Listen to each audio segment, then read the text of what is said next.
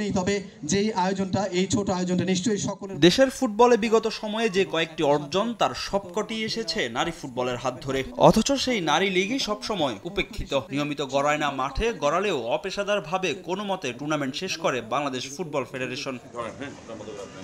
এবার সেই নারী লীগ নিয়ে বড় পরিকল্পনা বাফুফের বর্তমান কমিটির। পেশাদারিত্ব আনতে ফিফার গাইডলাইন মেনে 6 মাসে 60 ম্যাচের নারী লীগ আয়োজন করতে চান বাফুফের নারী উইংয়ের চেয়ারম্যান। আর লিগে প্রতিদ্বন্দ্বিতা বাড়াতে পুল পদ্ধতিতে খেলোয়াড় বরাদ্দের কথা জানান তিনি। আমাদেরকে 6 মাস লিগের কন্টিনিউশন রাখতে হবে এবং মিনিমাম 90টা ম্যাচ হতে হবে, ঠিক আছে?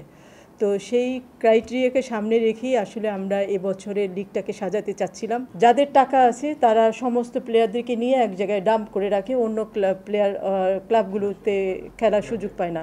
তো এই বছর আমরা সেটা করব না, এবছর আমরা পুল করব, আমরা পুলে যাব, কারণ আমরা তো চাই কম্পিটিটিভ ম্যাচ, কম্পিটিটিভ লিগ। যার অংশ হিসেবে দেশের শীর্ষস্থানীয় ক্লাবগুলোর সঙ্গে বসেন মাহফুজ আক্তার কিরণ। যদিও আমন্ত্রণ পত্রের জটিলতায় সেখানে ছিল না Bashundhara Kings, Fortis FC, Dhaka Abahani ও মোহামেডানের মতো দলগুলো। আর আলোচনায় অংশ নেওয়া ক্লাবগুলোর উদ্ভট দাবি, আর্থিক সংকটের কারণে 6 মাসের লিগ খেলতে প্রতি মাসে ফেডারেশন থেকে তারা চায় 10 লাখ টাকা। খেলোয়াড় বরাদ্দে পুল পদ্ধতির বিরোধিতাও করেন তারা। প্রত্যেকটা ক্লাবে ফিনান্সিয়াল ক্রাইসিসে ভুগতেছে, সেই ক্ষেত্রে আমাদের এখানে আজকে আলোচনা হয়েছে প্রতি মাসে যদি 10 লাখ টাকা করে দেওয়া হয় ফেডারেশনের পক্ষ থেকে, সেই ক্ষেত্রে হয়তোবা লিগ চালানো সম্ভব হতে পারে, আদারওয়াইজ এটা কেউই পারবে না। মহিলা ফুটবলের কোনো সাফল্য হলে দেখা যায় অনেক লোকজনের ভিড় থাকে, অনেক ক্লাবের অনেক বড় বড় লোকজনই মহিলা ফুটবলের জন্য এগিয়ে আসেন, কিন্তু আজকের মতবিনিময়ের সময় যখন তাদেরকে দেখি না তখন নিজের কাছেই খারাপ লাগে। আমরা ব্রাদার্স ইউনিয়ন ক্লাব আমরা চাই যে আমরা